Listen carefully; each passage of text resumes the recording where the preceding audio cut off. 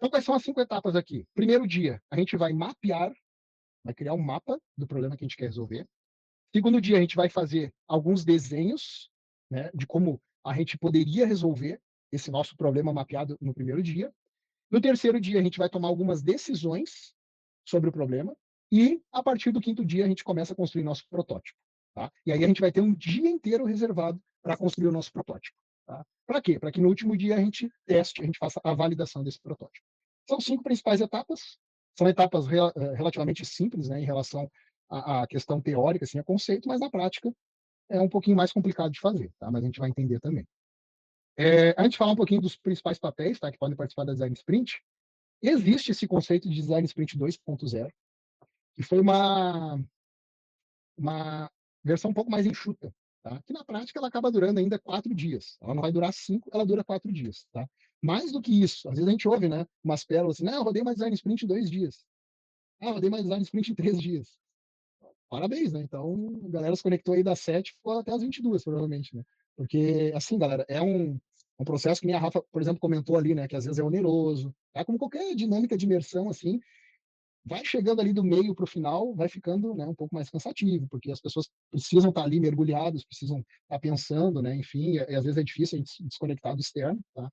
Mas, assim, mesmo a 2.0 aqui vai exigir, no mínimo, que vocês reservem 4 dias para conseguir executar ela de maneira eficaz, tá? Menos que 4 dias é muito difícil a gente rodar uma design sprint. Ah, Jonas, mas é um problema pequeno que eu quero validar aqui. Independente do tamanho do problema, para a gente validá-lo da forma correta, a gente vai precisar de no mínimo 4 dias. E papéis, galera. Isso aqui também é uma coisa que a gente traz um pouco da teoria, né? O próprio livro especifica alguns papéis aqui, tá? Que a gente vai precisar ao longo da dinâmica. E também alguns outros papéis a gente traz por experiência, né? Que nem eu comentei ali no início. Então, primeira coisa, a gente já coloca de cara aqui, o UI designer. Sempre que vocês rodarem nas empresas de vocês, tentem trazer pelo menos um designer, tá? Pelo menos um designer. Vocês vão ver que depois da dinâmica a gente divide em grupos, dependendo do tamanho, né, do público que vai participar da design sprint, a gente divide em grupos, até porque é legal, né, fazer essa divergência e depois convergência, acaba ficando mais rico. É uma técnica já de design thinking, né, fazer divergência e convergência, tá? Então, eu vou ter ao todo 3 grupos trabalhando na minha design sprint. O ideal seria ter um designer para cada um dos grupos. Seria o mais interessante. Não, Jonas, mas eu consegui só um designer aqui e tudo bem, ele vai participar de um dos grupos quando estiverem fazendo, né, o exercício inicial. Depois, quando for criar o protótipo, que daí é um protótipo único, tá? Um protótipo unificado, que a gente vai validar no último dia com os nossos usuários, aí é interessante ter pelo menos um UI designer para criar esse protótipo, tá? De novo, o livro vai dizer que não precisa ter um especialista em design, mas fica muito mais rico, fica muito mais fácil de validar o protótipo quando a gente tem um profissional que sabe o que está fazendo, tá? Por experiência própria, a gente indica isso. Por quê, né? Um UI designer, no mínimo, vai saber usar qual ferramenta, galera? O Figma. E é a ferramenta hoje que acaba sendo mais utilizada, né, para a criação de layouts aí. E o Figma, ele vai conseguir, né, esse profissional vai conseguir criar os designs, vai conseguir fazer as interações entre os layouts, né? Então, quando o usuário na prática for usar o protótipo, vai ser quase como ele estivesse usando o software mesmo, né? Vai ter transição de telas e tal, fica uma coisa bem bacana mesmo. Apoiador, apoiador é isso, né? Pô, o Jonas vai facilitar uma design sprint. Vão ter 30 pessoas participando. Essas 30 pessoas a gente sabe que a gente vai dividir em pelo menos 3 grupos de 10. É interessante, né, ter um ou mais apoiadores para poder estar junto com esse grupo, né, ajudando o facilitador em alguma coisa, né, em algo que ele necessite, tá? Para poder dar uma maior atenção a todo mundo. O time, e aí quando eu falo time, que time é esse? Olha só que interessante. Nesse mesmo projeto aí, né, que eu comentei que comecei a trabalhar com o Sidney, todo mundo foi convidado a participar da Design Sprint, inclusive os desenvolvedores. Só que é um projeto tão grande, galera, que todos os times davam mais ou menos 80 pessoas.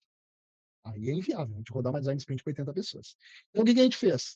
Pô, cada time tinha um líder técnico, que às vezes tinha uma especialidade mais em front ou back-end, tá? Então, a gente entendeu que de cada time tinha que trazer pelo menos um desenvolvedor front, tá? Principalmente, porque um back-end aqui às vezes não vai fazer muito sentido, tá?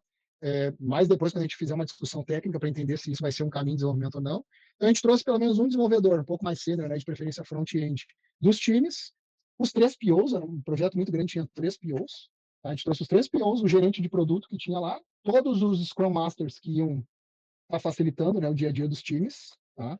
Então a gente convidou todo mundo de alguma forma, tivesse envolvido, né, e fosse fosse trabalhar nesse produto depois, tá? Por quê? Quanto mais cedo as pessoas participam da concepção, mais fácil elas entenderem o que tem que ser desenvolvido depois. Especialista.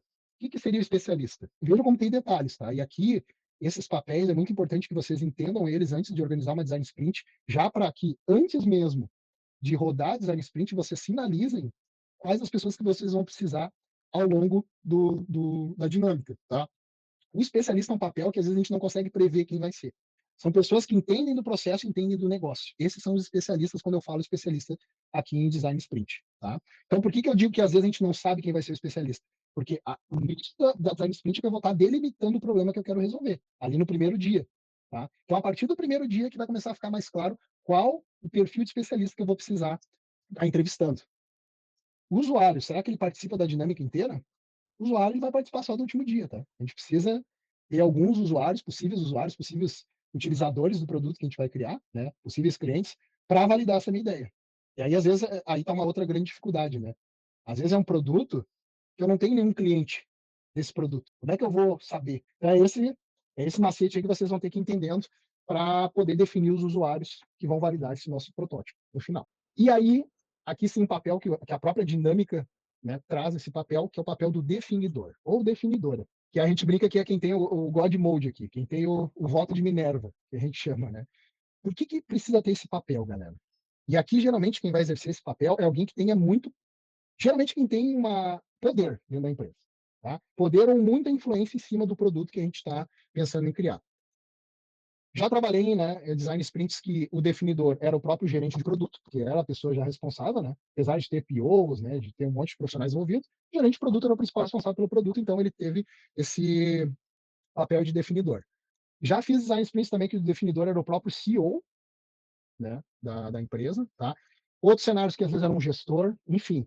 Aqui é uma pessoa que vai poder ter autoridade e conhecimento suficiente para definir qual caminho a gente vai seguir. Por que a dinâmica já implica em ter alguém assim? Porque às vezes a gente vai naquele exercício de divergir e convergir, e o pessoal vai chegar num ponto que ele vai bifurcar o caminho e não se sabe por onde seguir. Tá? Então, esse definidor é a pessoa que vai dizer: não, nós vamos seguir por aqui.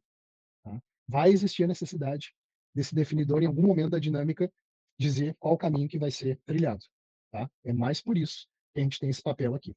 Parece uma coisa meio, né, ditadura, assim, contra a própria agilidade, tá? Lembrando que uma coisa, design sprint não é uma dinâmica de agilidade, tá? Não tem nada a ver com agilidade, é uma dinâmica focada em produto, certo? Então, a gente precisa ter esse papel aí do definidor.